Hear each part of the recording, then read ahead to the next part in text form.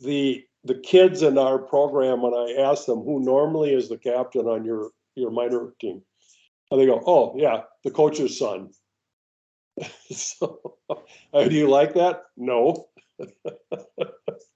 So, I think it's a worthy thing to do, to go through that process. But as I mentioned, even like at the higher levels, and I see this in business all the time.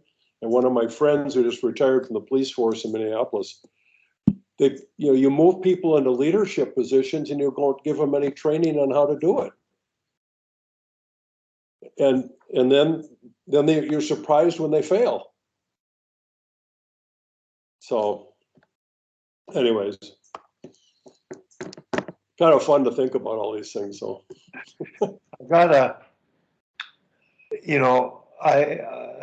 mentoring a AAA girls team. Tom Malloy was coaching not Tom Malloy, a friend of mine, Keith Fagnan, was coaching the team, and I'm mentoring him. And the way Girls Hockey Calgary ran at that time was the veteran players, they played the power play and the penalty kill, and the new players, the leadership was sort of predetermined by the age and ability to a degree, but the behavioral leadership from those girls, the so-called best experienced older players, it wasn't really, in my mind, good leadership, but they were the ones that. So when we had an early season exhibition game and hadn't decided on captains yet, and I talked to the head coach about, it's time the week before to start thinking about it. And two of the executives, both ladies, came into the dressing room before the game and berated us for not naming our captains yet. And I talked to them. I said, look, we're in the process of establishing that. And today is actually the day. And we had the girls write down without including themselves, write down their three choices in order. Mm-hmm. And then we added them up and looked at it ourselves. And two of the girls that were on top, we sort of agreed with. They were your congenial, everybody liked, communicate, appeared to be responsible and caring, and they were not the best players, but they were good. They were good. So, of course, Keith ended up naming them captain. But by the end of the year, Keith didn't finish his job. He had other problems that were going on that were personal that took him away from the job. And Tom came over and took the team halfway through. And we stayed with that group, but the veteran players basically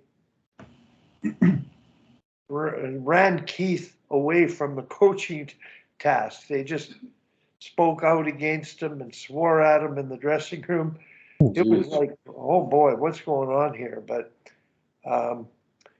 the two people we had as captains, they both went to college and they never finished. One of them never finished the first year. The other one quit hockey after 2 years. Mm. They were good players, but they weren't committed to play at the highest level and do what it takes. And we had no idea of that. So it makes me think twice about picking captains and getting to know your players better. But when you pick them, Rick, do you pick the oldest players, the player that might be back the next year? Or because that team, we had 3 15-year-olds that were the most talented forwards. And the way we managed the bench was my philosophy of everybody playing. And I don't think the older players like that. And it changed culture of the team to suddenly give everybody an opportunity to play. But is age a factor there? Have you ever had a second year player who's got another year left be a captain, Rick? I have, age has seldom been one of the top criteria for me. Yeah. It's more on how I perceive the player and how the rest of the group does. So yeah, I've had team situations where my captain was not amongst the more skilled players, but he was a hard leader. He was an intelligent kid, and he wasn't intimidated by the role. He understood that he wasn't, pardon me, a top skilled player, but he knew he had a place and he knew what that involved. Pardon me. And he executed admirably. It's not something I think that you take lightly. Pardon me. I believe there's an expectation that every team needs one. Players expect it. As you alluded to, Wally, the group came in on Keith, excuse me, whom I happen to know as well, and we're making demands. That to me would have been a huge red flag right there, and I would have done whatever I could to manage that from that point forward. But it's something, again, you have to have a purpose in your process, and you have to be able to explain that to people. And when someone challenges you on it, say, this is the exercise we performed to reach this decision. We're comfortable with it, and stand by it. As I say, I'm not comfortable at all if you have to reverse on one of those along the way. So a lot of pain goes into doing it right the first time. No guarantees, but if you make the reasonable effort to get things right, there's a good probability that you'll minimize any issues around it. Yeah, I would agree. I think you've got to involve the players. So I mean, it's well, for sure, especially with on the girls' side. I mean, for down here, we'll have high school teams with eighth graders on it. You got 8th, 9th, 10th, 11th, and some of these girls, sometimes some of them start as 7th graders playing on a high school team, and they're in a locker room with a bunch of older girls. And being a male coach, you can't go in that locker room, so it's hard to know what's going on when they're all together. Yeah. And I think in our program here, the coach was bringing younger girls up. You bring the top 4 girls out of you take them out of the U15 program or 12. Almost immediately, 3 or 4 junior level kids would quit the team immediately. And that went on for 4 years. And so that coach is now coaching the boys. I think there's a big difference in the boys and girls in terms of leadership issues and captaincy and how you go about it. The other issue is, what do they do? They don't have any there's only one on ice decision that a captain can make. And that's when you have multiple guys in the penalty box and that went in at the same time.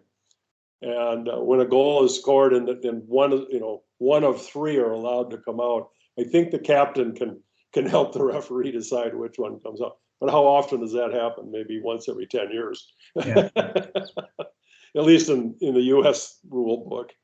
So, high school age players, I mean, they're very tribal. Older kids over younger kids. There's a power relationship that goes on in that. I don't know.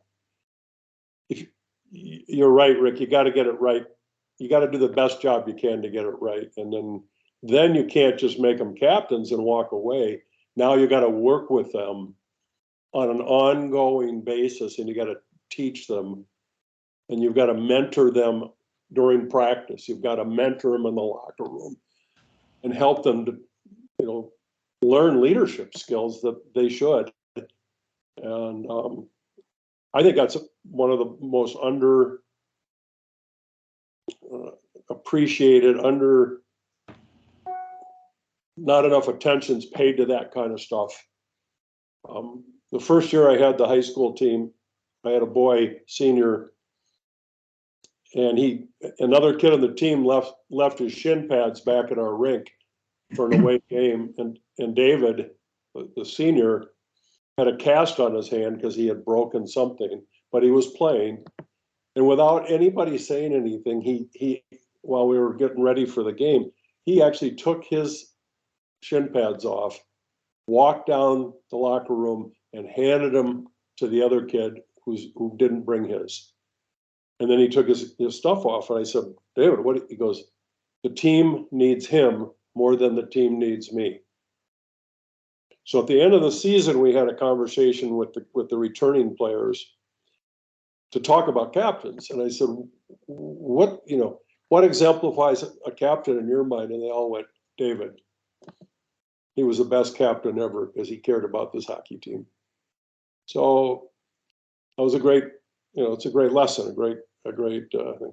But then I had a kid, I had captain one year, and he was our best player. His dad was a professional baseball player, as a pitcher for the Twins, a couple other things. He's a wonderful kid with great hands, great feet.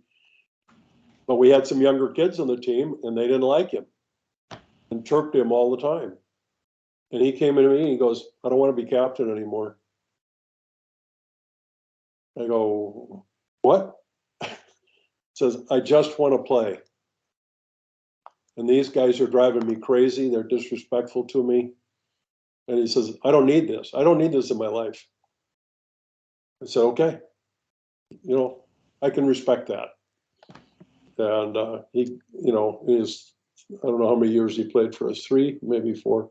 He was the all-time leading scorer in our organization up to that point, and he just didn't want any of that nonsense. I'm sure his father was giving him. His dad was a great guy. I'm sure his dad was just giving him some, real good, sound advice. And says if this doesn't work for you, then ask the coach if you can just step away. So we did. So every year is another journey, right? With another group of kids. I believe that's correct, that each situation is unique and offers its own uniqueness in different ways. Yeah. And I think you mentioned it earlier, you don't want to burden a player with that load if he's really not willing to take it. Yep. So again, it's knowing your group to the best of your ability and making your decisions with that as a background. Yep. So anyhow, who's going to win the series? Vegas?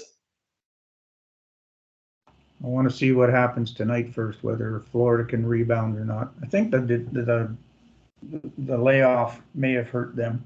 Yeah. They were off a couple of weeks, weren't they? Well, yeah, and with all of the accolades around what they've accomplished to now, it's pretty easy for them, for me anyways, to see them getting what was phrased to me a long time ago as fat, dumb, and happy. The will part was dissipated to some degree by the inactivity. They weren't brought back into the battle soon enough. Yeah. Hopefully they have by now. I'd like to see a longer series, but yeah, I mean, tonight's game is pivotal.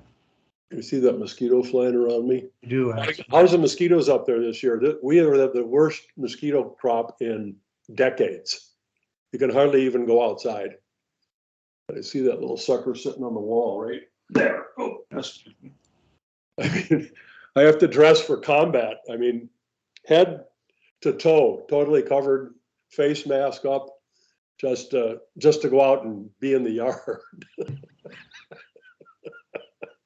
We have a little bit of mosquitoes, but nothing overbearing right now.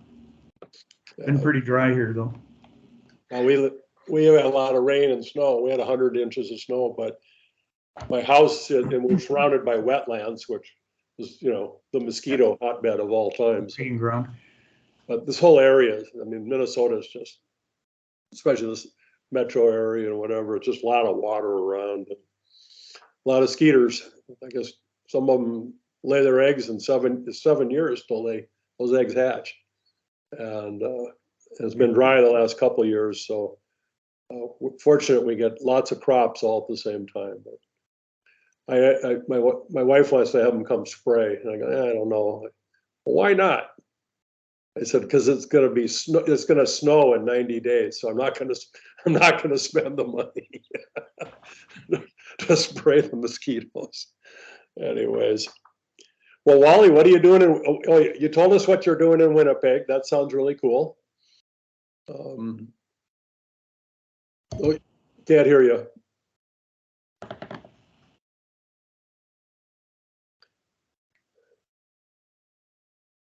Uh-oh.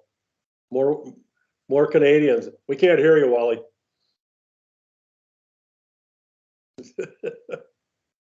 Unmute Wally. He's still unmuted. There you go. His dad, Alec, is having a plaque, I believe, in the gym named at a junior high school. And quite an honor, because I think, similar to myself, he's a value-driven coach and transmitted belief and inspired kids to do great things. And the people that have sort of pushed for this to happen are pretty prominent, educated, and some of them just working in vocations that he touched their lives in a pretty great degree. But I wanted to introduce Terry. He's a former player, of course, and played on the edge, and sometimes went over the edge a number of times as a player and as a coach. Haven't we all? Yeah. And as a coach, we got talking yesterday.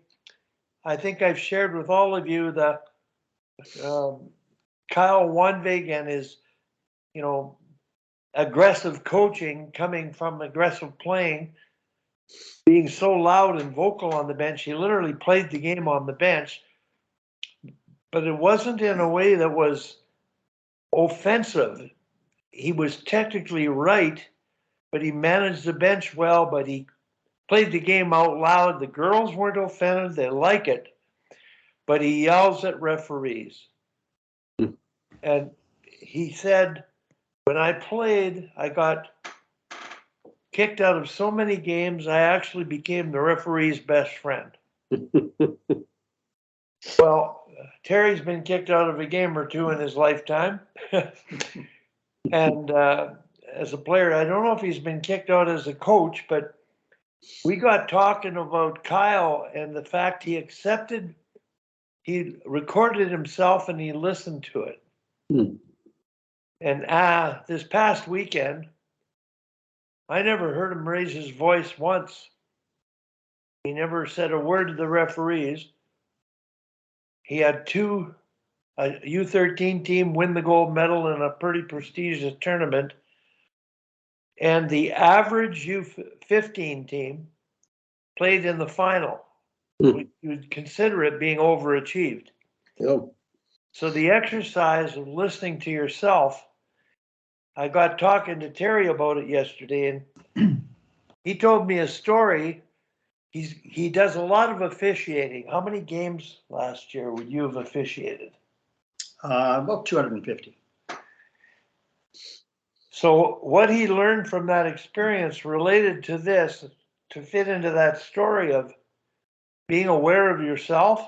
I'm going to let him tell his story because I've asked him to write a one-page essay about it that I'm going to share down the road. But go ahead, Terry. I'm going to turn the camera over to you. This is a pretty prestigious club, so I'm glad he brought me into the fold. First off, I've had the great opportunity to have my Uncle Wally as an uncle.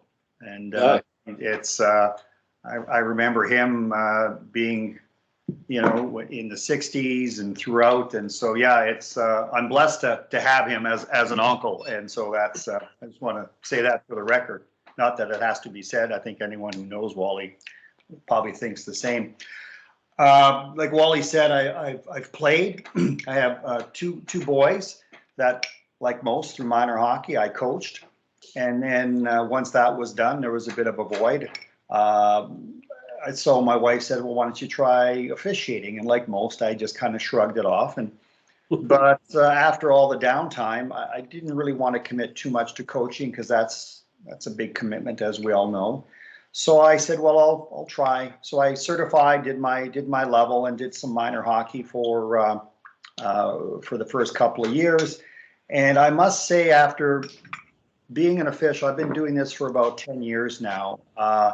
It's out of all the experiences as both as a player, as a coach / parent, it's taught me a lot, especially in hindsight, because as a ref, you're more of an observer and you see the game differently. And I think it would be a really good experience is through the coaching certification if they allowed some on-ice mock refereeing experiences for these coaches. I know for myself, when I'm up and down the side doing games, sometimes I'm up the middle, sometimes I'm lining through high school, and you'll hear in the background on both benches the dynamics of the coach, of what's happening with the players and how they interact. And very quickly, as I sat there, and some coaches are quite vocal, I just was thinking to myself that, boy, I can hear myself in these coaches in my ears.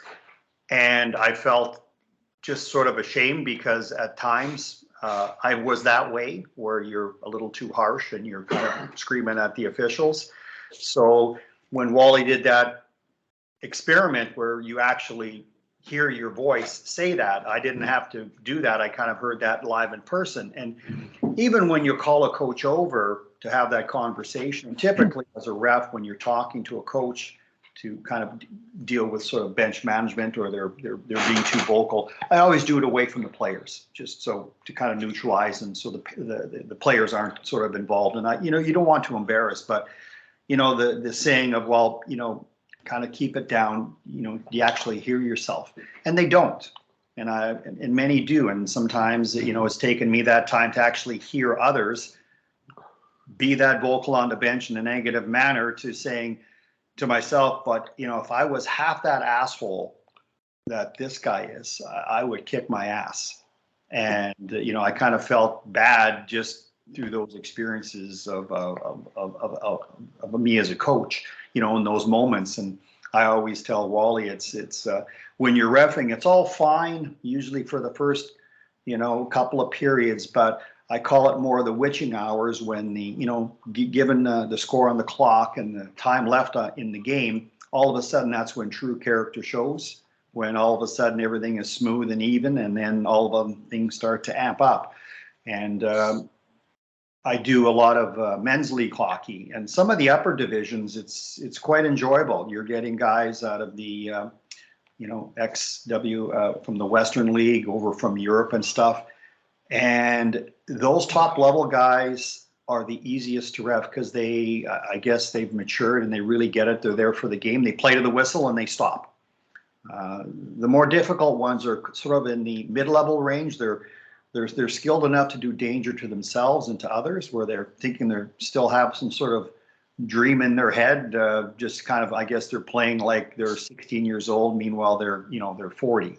So, but I think for me, as when I talk to Wally, because every time we're together, we're always talking hockey, is that I bring that perspective from reffing. And so he's doing here, and I'm like, and speaking, and every stories, there's some similarities. But anyways, that was it. I just kind of want to recant that story, is that, and I would hope, because I've done all the coaching certification you do through minor hockey to become a coach.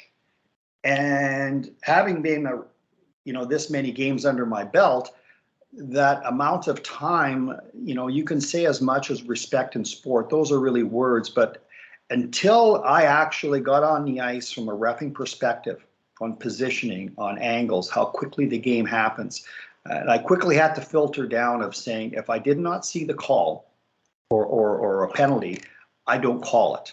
Unless it's egregious, where it's a missed high stick and you see blood, that's then we'll do something about it. But it's tough when you're reffing, because you don't have the benefit of being 3 foot standing on the bench or up in the crowd, and you quickly learn to be a little bit more, sympathetic to the refs. And that's why I'd said to him, it would be really nice sometimes to have those on-ice sessions for the refs.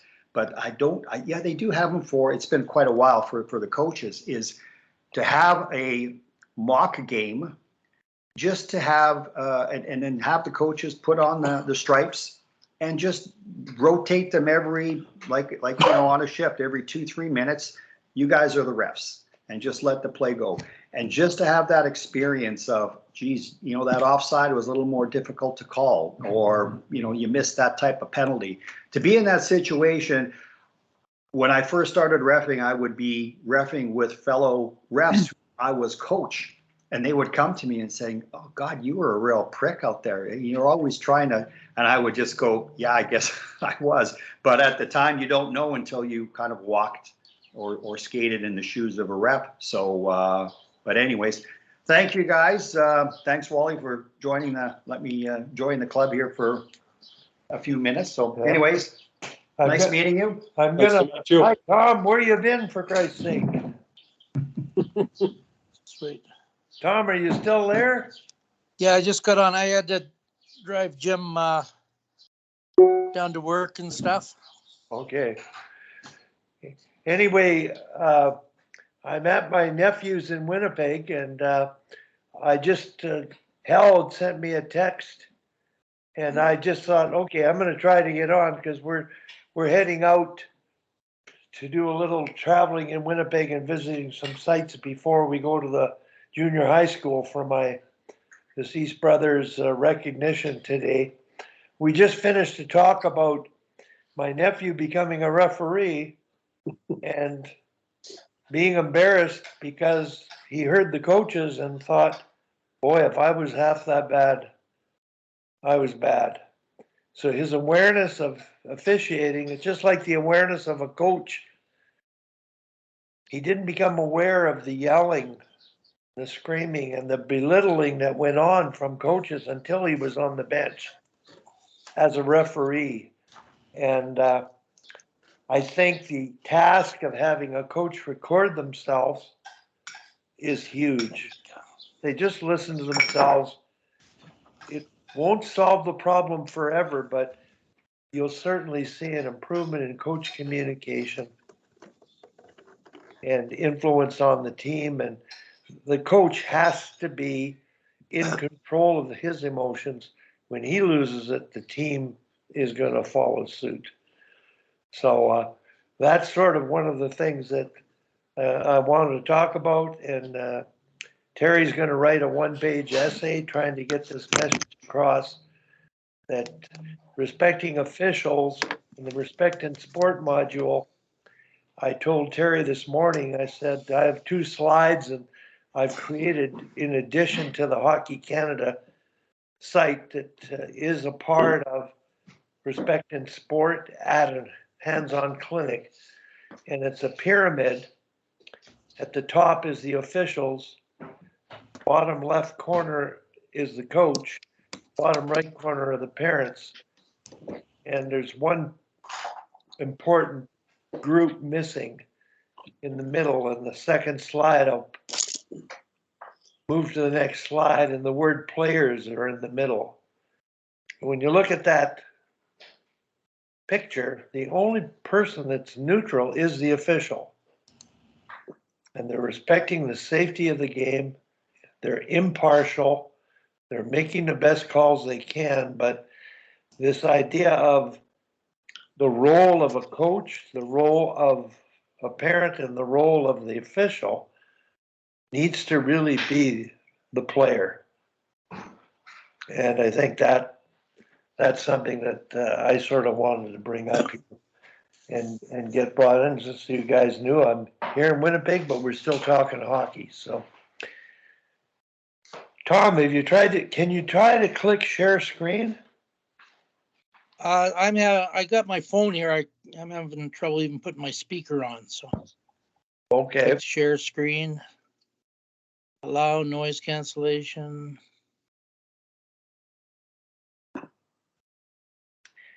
I'm just wondering if you can share screen and just pull up any video. Skype, start broadcast.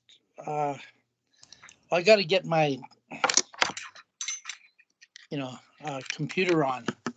This is my phone because my, And Rick and Hal, when Tom was on last week and Sammy Joe was able to share screen, and he sent the link to Sammy Joe, she could share screen. I got more out of what Tom had to say about the video. And that was where the Finnish coaches had looked at the transition moments and the number of changeover of possessions that occurred. He'd color coded each team in terms of the transition moment, the quantity of moments, the game. It was just ping pong. It changed hands just too many times. But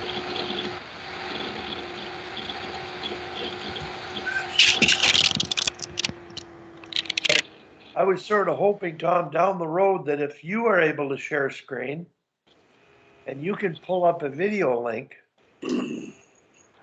and just like the last time, when you pulled up that link and talked through it, I got a lot out of that. And I think anybody that's watching and able to see those videos and hear your voice, and we would get a lot out of that. So you're playing with the technology. When I share screen, all you get is a mountain. But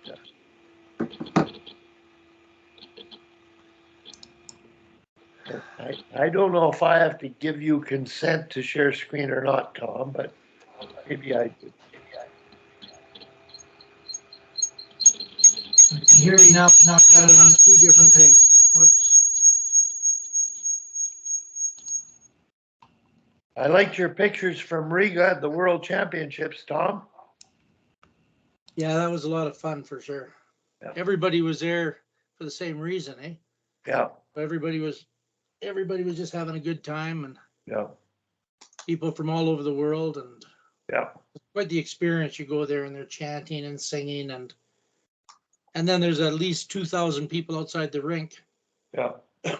and they have these huge screens, and yeah, and it's a really nice city, lots of parks and stuff. Yeah. Rick, are you able to share screen? I think I am. Well, Tom, are you making an effort to share? Yeah, the thing I put on my my computer, but I don't get any sound. So I turned on my iPad, but I don't really have a lot of stuff here. Yeah, I think I can do My it. stuff is on my computer. Rick, can you share a screen just to see if it works? Let me try. Okay.